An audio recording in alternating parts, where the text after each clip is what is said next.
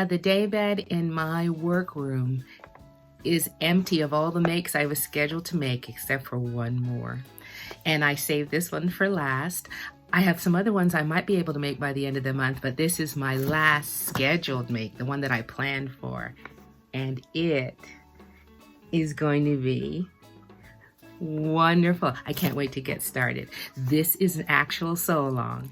Now McCalls did us a favor in that they outlined every single color and assigned a number to it. So luckily using that, you can find out that one here is yellow. So these pieces here, when they cut out, you'll be cutting out the yellow, the green, the red, the blue, whichever way you decide to do your rainbow. I'm also doing this unicorn dress, which I found some lovely blues and purples and black to make this dress. So that's very helpful. So after you know that, you can go to the cutting sheet and assign a color so you don't get confused. Because I got confused anyway, but this is red, so I am going to be cutting out these few pieces in red, and then yellow, and then green, and then purple, and then black. It's really something, but I'm very excited about doing it. This dress has quite a bit of interfacing, and it's going to have quite a bit of applique work. And the interfacing, they're not large pieces because it's for a little girl's dress, but it takes a considerable amount of time to cut everything out, cut all the interfacing out, and interfacing the pieces. So I'm going to skip that part because I'm pretty sure everybody knows how to do that. You know, I had a thought. Maybe everybody doesn't know how to do that. So follow along while I show you how to do that. Okay, anytime you're doing a project such as this, you have to come up with your own system that works for your own brain.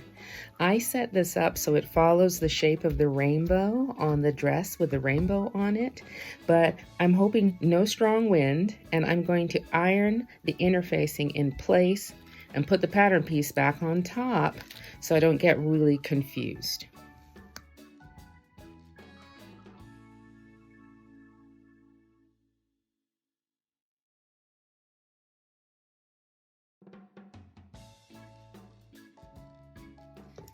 Now the first instructions are going to be to overlay the parts of the rainbow, based or base stitch, connecting them, and then you're going to come back with and do your applique, your zigzag satin stitch to make this applique look wonderful on the dress. But I am going to back mine with a bit of stabilizer so that when I transfer it to the front of the dress, like I have another layer through which to stitch through and will stabilize the design.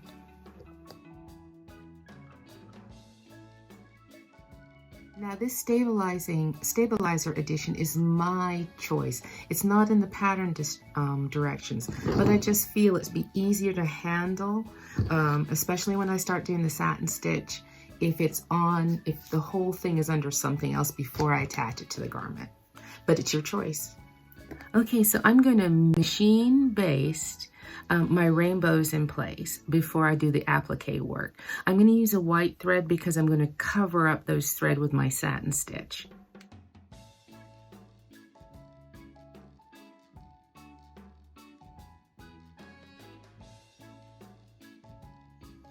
Okay, I'm going to trim away my stabilizer. They also have stabilizer that washes away, melts away, but I did not happen to have any in my stash, so we couldn't go that route today. But I'm really excited. I'm just thinking as a little girl who would love to wear a dress like this, I just want to make this as hardy as possible because you know little kids, if they love something, and hopefully Charlotte will love this dress, it'll be in the laundry every single week, maybe twice a week or something like that. So I am looking to make something that will be beloved and that they will enjoy and that they got from their Grand Marie and that they'll like and things like that. And then Charlotte, I know, is a maker coming up, and so I think she'll really like this dress. So I want to make it as sturdy as possible to take the washings. And if she loves on it for many years, and then when her sister Ruthie comes along, she can wear it too. This is part one. I am making the rainbow dress, and then I'm making the unicorn dress. It is a kind of overcast, rainy day in Jamaica, and so nothing better to do than sew and create. Now, before I start doing my zigzag stitch or my satin stitch that is going to connect my applique pieces to the bodice and to the sleeve, I've got to figure out exactly the right width for my zigzag stitch and how narrow I want it to be to get the coverage I want. So I have a piece of scrap material cut from the dress with the backing material, and I'm gonna hem and haw and figure out what's the right coverage, all right? Because I'm going to do it in red, yellow, green, and blue thread, and I want it to look good, right? All right. So all through my trial and error, I've decided that this is the coverage I'm looking for right here, which ended up on my machine to be 0 and 6 on the width. So there was like no space in between the zigzags, and one of the largest settings, because I really want it to show up with my shiny thread, and we'll see how it goes. Now, this is the part of the video where, if you're working on this with me, time to put on some music or turn on TV, or in my case, I'm gonna go make a little lunch for my dad and come back. But it really behooves you to be patient, because you're going to have to stitch, even though it's a small piece, you are going to have to make 1, 2, 3, 4, like 5 passes in different colors to really make this show up lovely. Okay, so, and you don't want to rush it, because you don't want to get those big bubbles of stitching that you're going to have to take out. Nobody likes to take things out. Alrighty, I will see you soon. Okay, now press your applique and pin it in place or base it in place on the bodice face. I already see how cute this is going to be. And this is the sleeve. All right, the red's on top, the yellow's on the bottom. It depends upon what kind of rainbow you did.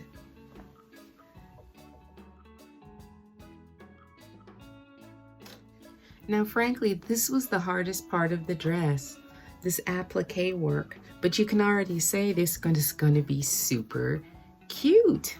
All right, I am going to lightly zigzag stitch, because it is a knit material. I'm going to zigzag stitch this shoulder seams, as well as put in the sleeves. And then when I'm done, I'm going to serge. I'm gonna give them a little room for them for sizing, as well as durability. Normally I could straight serge, but just in case it needs to come in a little bit, or take, better safe than sorry.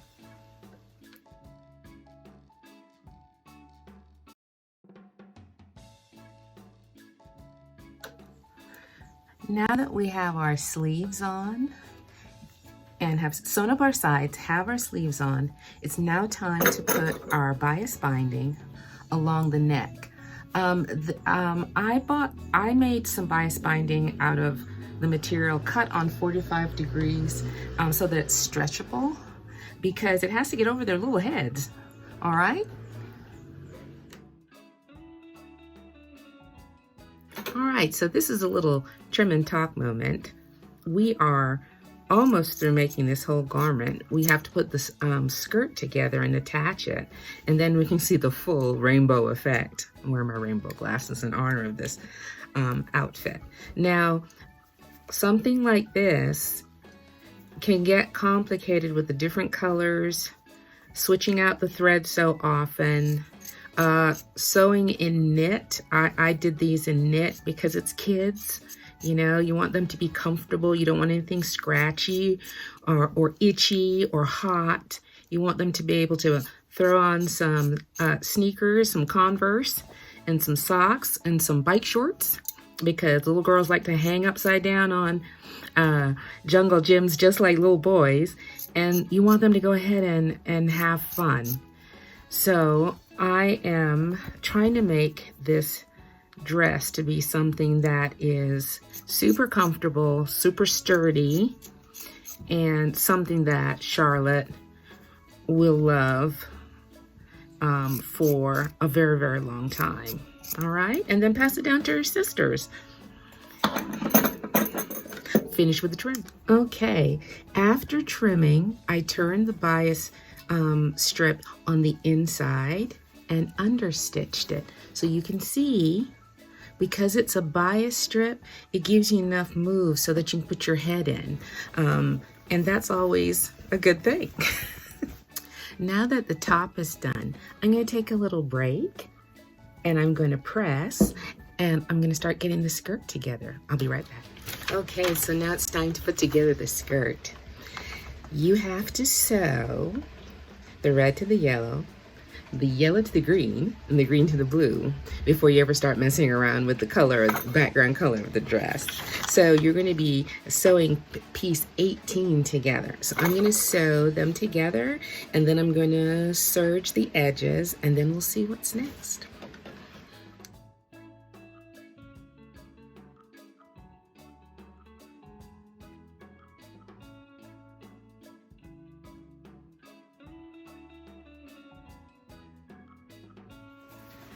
All right, I've got my red sewn to my yellow to my green to my blue. I'm going to go ahead and serge the back edges and move on to the gray. Now you'll be wondering why I just don't serge the whole thing. It's because when you serge, it trims off the allowance as you go, and I just want to give these parents an opportunity to, that if they need to expand the dress just a little bit, they can. Now that you've gotten your front done, you're going to stitch 2 of your side skirts, 1 to each side of your colored panel. Okay, so now the front is made. Now it's time to put together the back. The back is going to consist of 3 panels, all of them gray. All right, this is piece number 7. We're going to sew these 3 pieces number 7s together, and then when we're done with that, we're going to add 2 side back pieces, piece number 8 on either side.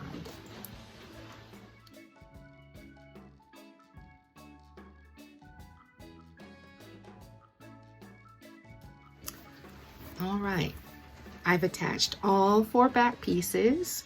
All of these are number 7, and I'm going to add a side, number 8 on this side, and another side, number 8 on this side. Now it is time to stitch the back to the front. Now my only misgivings is if that is my rainbow in the right order, and we'll find out soon enough. This is so cute. All right, now we're going to add the bodice to the skirt. Now here's the test. Does this match up with this?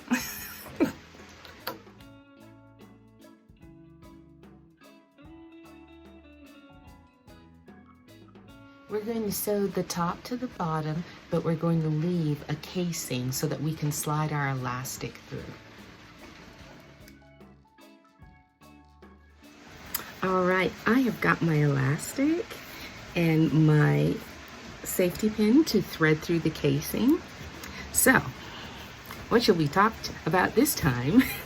Well, I'm threading, since this time I'm not going to be trimming, I'm going to be threading through this skirt, this dress. I guess who the dresses are for. Sometimes you meet people and you have no idea what they're going to mean to you in your lifetime. I think you can think of every best friend you've ever had or every close friend you've had, and you'll think there's a moment you met them and you had no idea that they were going to be your bestie. So I have a few people in my life who I've met, and this dress is for one of my dear friends I met when my ex-husband and I were relocated to Pennsylvania to work for another company. And I met her on a soccer field. I have 2 other friends I met on a soccer field that are friends to this day, and I've known them my whole life. But children grow up, and so you think you're still the same age, but then you're sewing a dress for their children. So I am borrowing her grandchildren. As I said in my makes video, I'm borrowing her grandchildren because she has 3 girls, and I am making them these dresses because I think it's going to be a little while. My son just got married this past November, and that was a beautiful wedding. So these are for one of my besties' daughters, and they're redheads, or they're Italian mixed with redheads. So I think these colors will be very good on them. I hope they like them, and I hope they're able to pass them on to one another. Alrighty, so I guess it's time to sew again. Finish threading. Oh my goodness, is she cute or what? What little girl does not want a rainbow on her dress? Oh, so cute. And so cute. I'm gonna wait till tomorrow to work on the unicorn dress. I imagine it's just gonna be just as cute. I think I'm going to concentrate on the applique part on the top because you already saw the method to put the skirt together at the bottom, and I'm pretty sure that this video will get way too long if I sew that whole dress for you to see. So I'm going to concentrate on the applique for you to see how I put the applique together that makes a unicorn head. And then we'll skip the other part about the skirt because it's the same process. Isn't she cute? I don't have anything to model her on. I don't have a small mannequin. I don't have any little people. But what we'll do is a couple videos down the road, when I get pictures back of my besties' granddaughters wearing them, I'll see if I can get their permission to show them from the bottom down. No faces. You know how it is nowadays. Alrighty. All right, this is what my roll of webbing looks like. It's just interfacing, but you do not have to have the fusible type. You can just use regular interfacing. And like I did on the rainbow dress, I secured the applique to that. I pinned it in place before I did the initial stitching just to put everything in place. It just was easier for me to handle. Sometimes if you try and add it to the bodice without doing that, if you have shifting and everything, you have to unpick. And I'm not saying I didn't have to unpick. These things happen. But I was able to get the whole piece in place. And that is when I attached and then started adding the satin stitch. Now, another tip for the satin stitch. Sometimes you can't get the full satin stitch on the first pass by. It's just how it is. There'll be a little gap in something, a little bump along the way. So there's nothing wrong with going very slow and zigzagging it 1 time, 2 times, or if you're a newbie at the satin stitch, 3 times until you get it so it looks nice and smooth. I'm especially proud of this blue. Anyway, so then afterwards I ironed it flat to make sure that it was nice and level, let it cool, and then that is when I attached it to the bodice. The skirt was the same thing as the last time, where you add these 4 front pieces, 2 side pieces, 3 back pieces, 2 side pieces. You attach it to the bodice, and then you create a casing on the inside, and then you add your elastic. So simple to make, but you do have to have some due diligence. And also, it's just going to be a delight to give these to my 2 little adopted grandchildren. I showed their grandma this morning. She's delighted. So when they wear them, I will post them on a future video. But this is McCall's, hold on, let me get the number. This was McCall's 8267.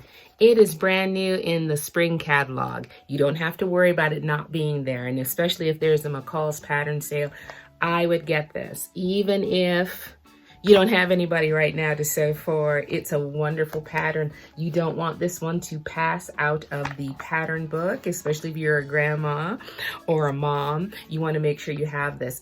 It is sized from size 2 to size 6. You can get a lot of mileage out of this. I sewed these extra sturdy because you know when little girls love a thing, they want to wear it every single day.